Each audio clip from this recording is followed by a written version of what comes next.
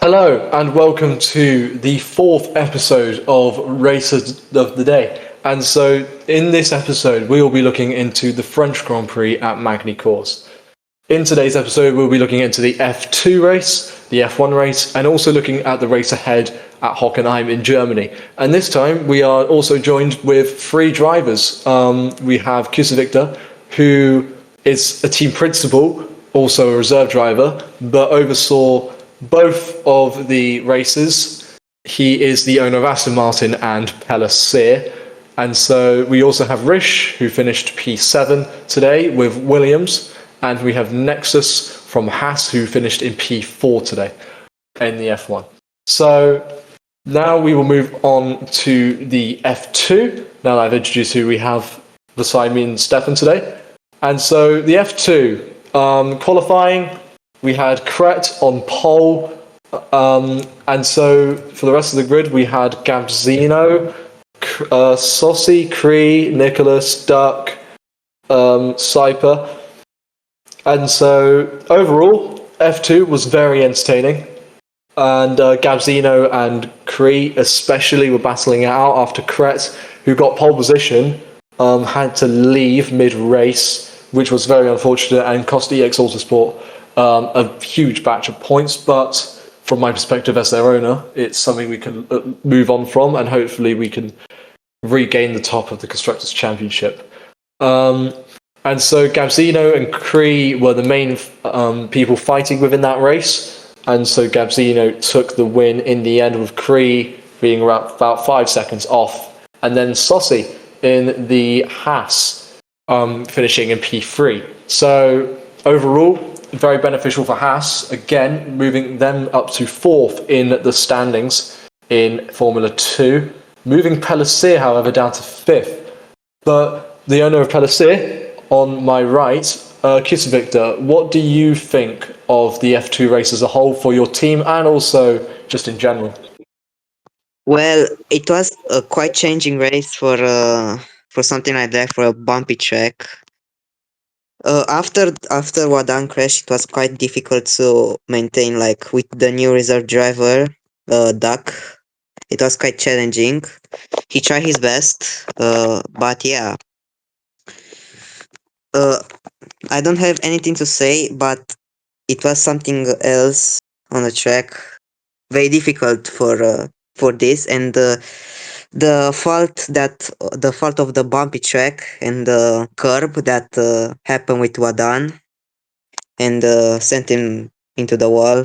Yeah, quite difficult to see that. And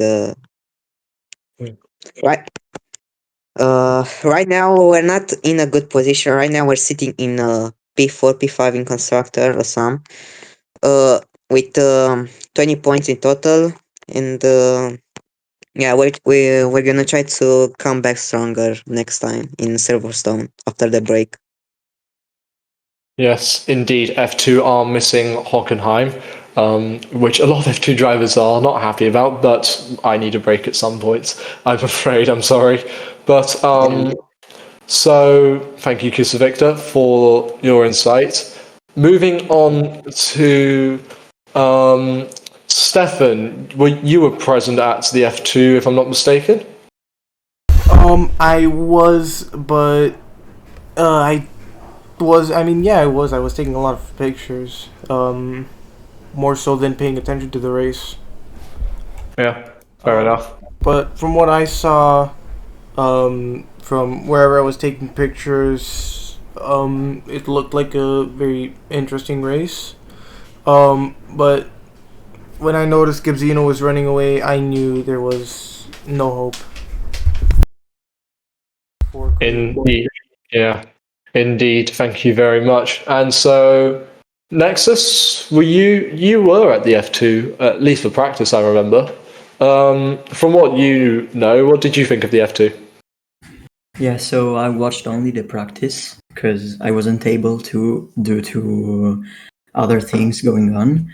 It was surely a good race because of my teammates' podium, we could say, my driver's podium, and a solid weekend for us in F2 because being able to fight back after 2 weekends passed and not even scoring a point is actually amazing. Now, right now, as you said before, we're fourth, with me being second in F2, obviously now racing F1, and Sozi that's now racing up in F2. So yeah, pretty solid weekend. Yeah.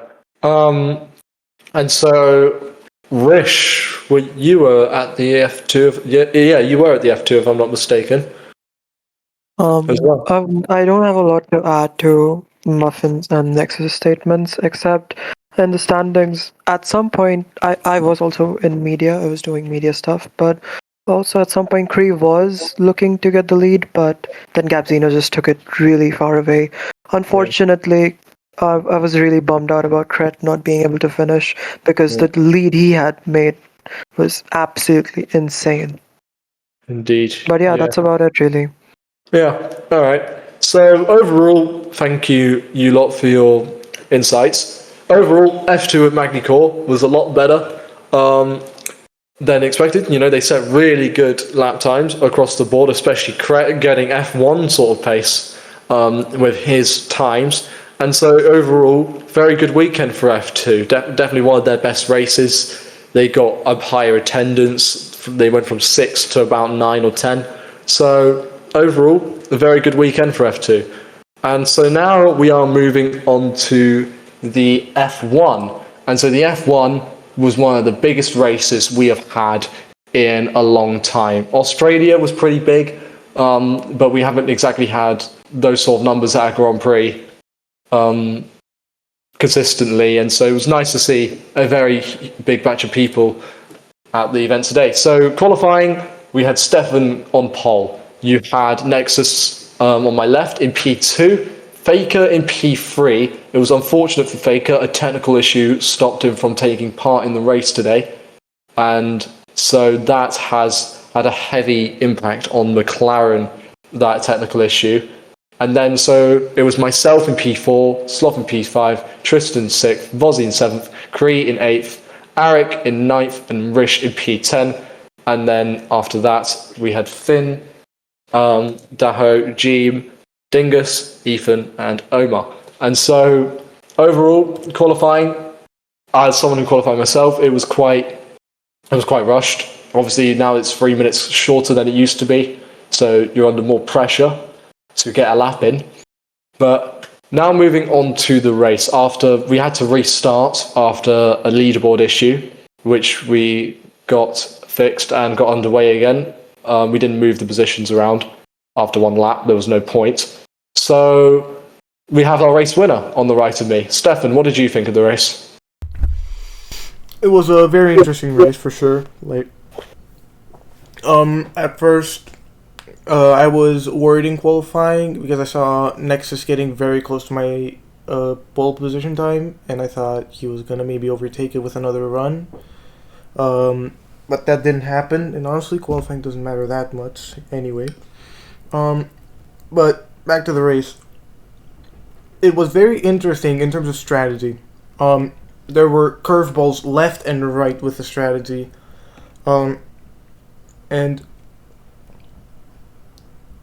I originally was planning to go medium to hard, but I managed to extend the tires enough somehow to go medium to softs, while staying at a consistent lap time and being able to pull away from the rest of the pack.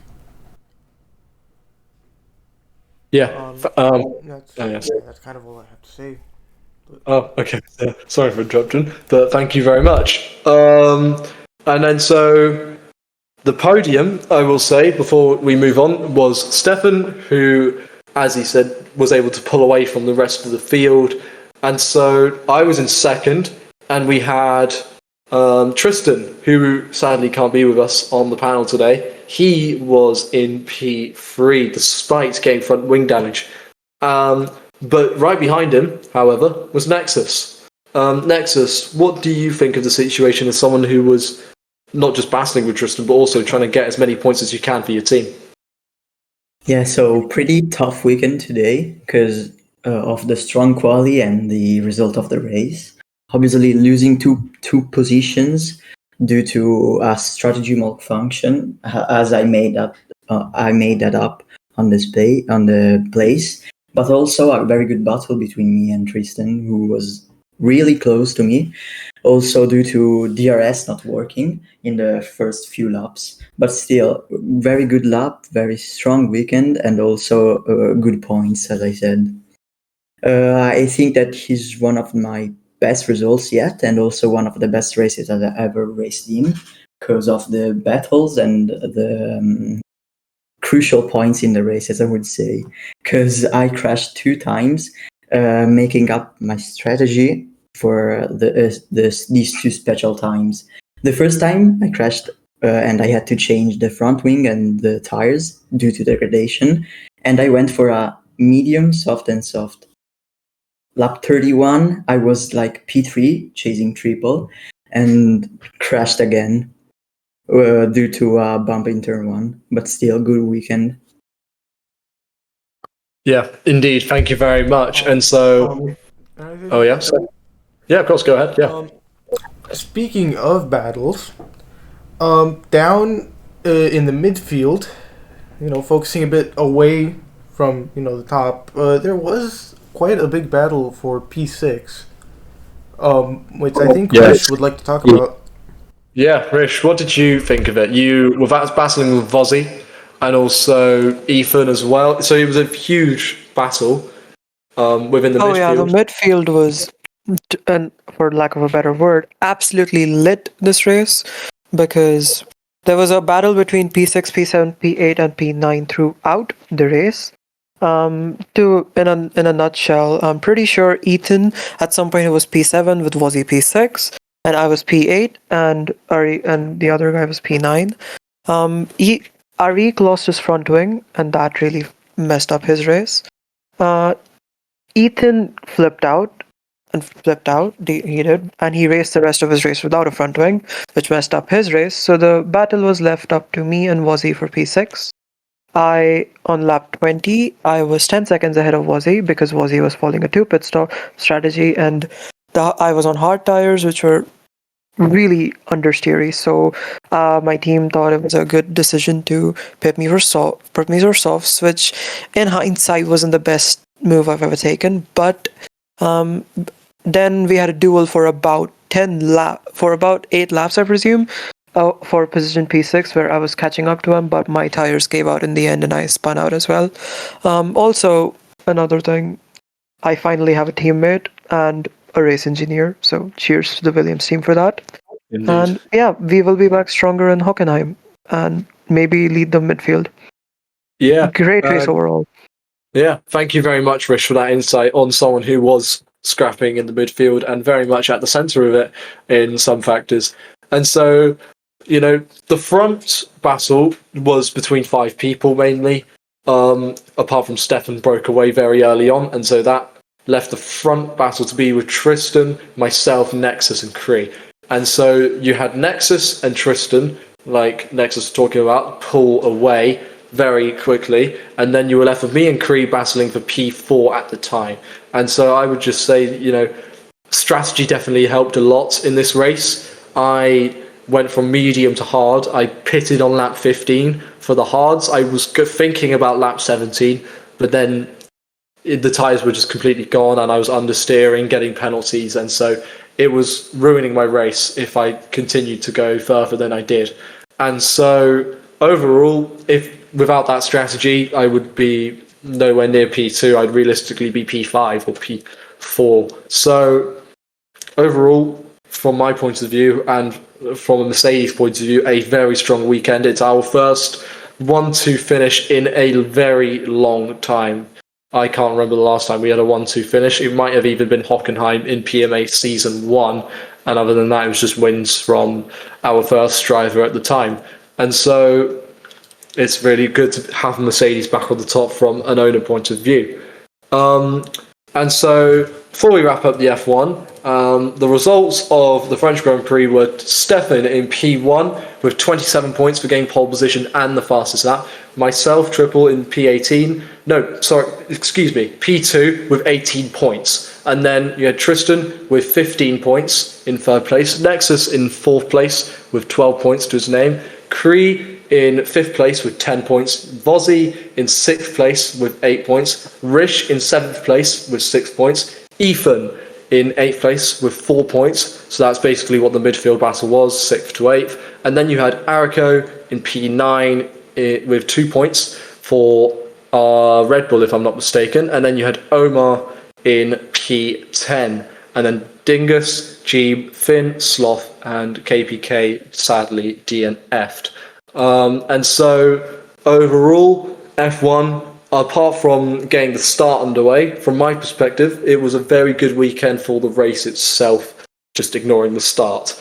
And so, or just getting the start set up. Now, moving on to one of my favourite circuits on this calendar, and just on Formula Apex in general, Hockenheim, which is a very short track. It is also 35 laps, but there is also a sprint race. So sadly, the F2 guys are not going to be at the race this weekend, but there is a sprint race for the F1 drivers. And so, Stefan, what do you think of the sprint race aspect before we go to track analysis? I think the sprint race, unlike in real life, gives you a real good expectation of what is to come in the actual race. Excluding the strategy factor, it gives you a good idea of how consistent others are, their pace, where they make mistakes, where they don't make mistakes, where you do.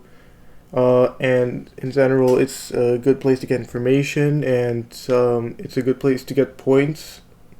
If you get the strategy, not the strategy, but if you get the lap times right, you can climb to a points-paying position, possibly even the win, which will make it. With the grid so tightly packed this season, is going to make a big difference. It could be the difference between P8 and P6 in the drivers' championship. Yes, indeed. Thank you very much. And then so, Rish, you're someone who's scored points every single race, and so I don't think you've been lower than P8 so far, P8. which is the cutoff point for the sprint race. How do you see the sprint race aspect as it being your first sprint race with the F1 guys? Oh yeah, I'm pretty sure the sprint race will add a bit of spice to the F1 event entirely, and with extra points to the table, as Muffin said. And with Hockenheim being a relatively open track, the possibility of rain, I presume, will be there. So that can make things interesting as well. It will be. And I hope we have a fun event there as well. Indeed. And let's move on to Nexus real quick. What do you think of the aspect before we go to track analysis? Yeah, so Hockenheim might be one of my best tracks, actually, where I can set good laps eventually. I think it will be, as Rish said, an open track where rain could do the difference, as I raced there with rain multiple times. It will be an interesting weekend. We're just waiting for it.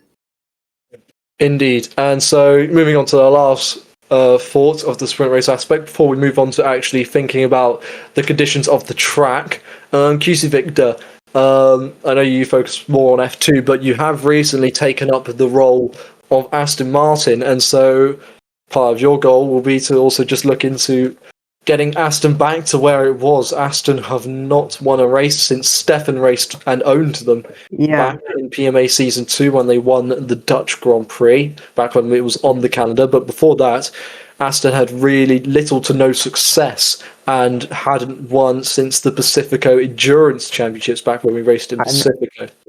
But Cucivitor, what do you see in the sprint? Well, I think when I asked the driver what happened, like what was the history with the old owner, and he said to me that it was with the inactivity of his and more. And I asked about the history of the team. I saw the team that has no points and no points in constructor and no points in standings. So I'm trying right now to revive the team and bring back the team stronger. I'm trying to think to bring new drivers right now, but I will see in the near future of what will happen. Yes, indeed. Thank you very much for that. So now moving on to the track analysis. So as I said at the start, Hockenheim is a very short circuit. We will be doing over 30 laps again. I believe it's 35. And so, there's the possibility of setting sub 1 minute laps if I'm not mistaken. But I can't remember off the top of my head because we were in the 2024 cars when we last raced here. The So- record is somewhere in the high 50s, and I'm pretty sure a sub 1 minute is definitely possible in the 25 cars. So. Yeah.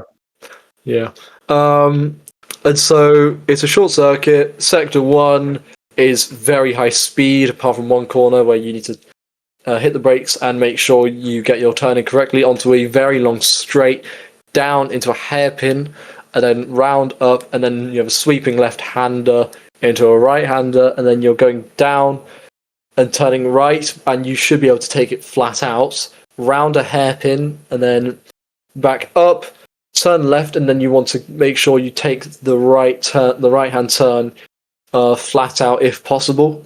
So overall, there's not much to Hockenheim, but it's very high speed, short, meaning it will be in for some very entertaining racing.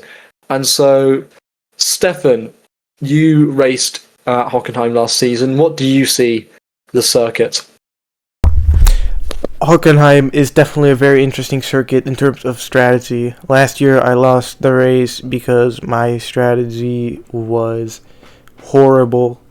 And I lost to the person who became the season 2 champion in his debut race there. But from a different perspective, Hockenheim is very difficult. It's easy track to get down, but it's difficult to get right. Not to get right, to push, to get your laps optimized. Easy to learn, hard to master, is what I'm trying to say. Because there are so many turns where you really need to push the track limits. Otherwise, you're going to be losing multiple tenths, even if you're a little bit off. Especially in Sector 1, you can gain a lot of time. And Sector 2, there is a bunch of time to be gained. Even though it's such a short track. Indeed. Thank you very much on that. And so, strategy is definitely going to have a huge factor on this. And also the factor of that some people, especially in my country, in the UK, got people going back to school, so less time to practice. And so it's now about making sure we practice when you can while also getting your priorities right. So, Rish, for Williams, this is your first. This will hopefully be your first appearance at Hockenheim. In the PMA, how do you see the track going into your first ever race at Hockenheim? Personally, from practice itself, I really enjoy this track because it is really open and the chance of crashing out, like DNFing, is rather low for people who do that a lot. Personally, I haven't, but also, again, the aspect of a sprint. I have never attended a sprint race in my PMA career before, so that will be pretty interesting. Yes, indeed. Yes. If I may add something. Yeah, go ahead. As of right now, as of the French Grand Prix, driver transfer windows are open for anyone interested, and there are many spots of Formula One teams open. So if any of you watching want a spot at a Formula One team in PMA, just DM one of the team owners. The silly season of PMA has officially begun. Indeed, yeah. Thank you for bringing that point up. That's a very good point to bring up. So thank you very much. And so, moving on to Nexus here. So, as you said earlier, you like this track. And so, how do you see the track in terms of its conditions and what could potentially happen? Yeah, so the conditions could be worse than today, because of the rain being much more likely to come due to the track being so large that it could literally fit so much cars in it in a straight or so. It's very difficult to crash. The turns are a bit tricky, especially the U-turn. I think it's T5 or T6. The hairpin, sorry. There you have to be pretty precise with the braking zone, but still a good track where I would set some pretty good times and hopefully will bring in the results. Has been said, also returning to Rish points of the transfer window open, I've got some signings to do, so yeah, hopefully we'll try to surpass some teams on the World Constructor Championship and hopefully go for the win. Yes, indeed, and good luck to you. And so now moving on to our final viewpoint of the circuits. Cucivitor, what do you think of Hockenheim as someone who's now managing an F1 team? Because Pellissier won't be there this weekend, so you have more options with your F2 drivers being able to be reserves in case of a worst case. Yeah. So I think of Hockenheim like a nice track for me. Isn't like my main track, but it's gonna be my first time to see this track in action for Formula One. So it's like something special right now. I think that I hope there's not gonna be so much rain. I hope it's not gonna be rain, but we'll see. And yeah, I hope for the best for my drivers and for my driver and to be a good race. Yes, indeed. Sorry, my mic slightly cut out, but I am back here. So, yes, thank you, Cucivitor, for that insight. So, overall, Hockenheim, Germany is going to be probably, hopefully, one of the best races on the calendar. For Mercedes, it wasn't exactly the best performance we had. It was a P6 and 8 last time, if I'm not forgetting. But, so overall, there will be a huge weekend for all teams. You could see some surprises like you did today. Red Bull, Cree getting them some solid points to start off their campaign. Finally getting the Red Bull team back up where they were. They finished, it was fifth. No, yeah, it was fifth last season. So they will be aiming to go even higher if they can. And so I think that sums up Race of the Day. I would just like to personally thank Rish, Nexus, Cucivitor, and also Stefan for being beside me here today. And thank you, Stefan, as well for editing all these episodes and putting his time and effort into doing this for everyone in the PMA. No problem. So- It's my pleasure. Triple. Yeah. And also my And, yes, and Rish, what do you have to say? If I may add, the organizing and the admins of the PMA have worked really hard so far to give us some great organizing and great races. So thank you to all the admins watching this. I'm pretty sure this race was organized by Ecto Becto, right? Well, just organised by all the admins in general. Yeah, in myself. general, but And it's thank you been for really great with managing that. not many issues whatsoever. Thank you so much. Yeah, thank you for Ecto for race directing in my place because I had to race. But yeah, overall, a very brilliant weekend for all teams, really. And so, and now Mercedes lead, but can Ferrari or McLaren catch back up or reignite that Constructors' Championship fight? It is not over until it's over between the top three of Ferrari, McLaren, and Mercedes. And then regarding the midfield fight, you've got Williams, Scietta GP, BMW, and even more, and now Haas as well.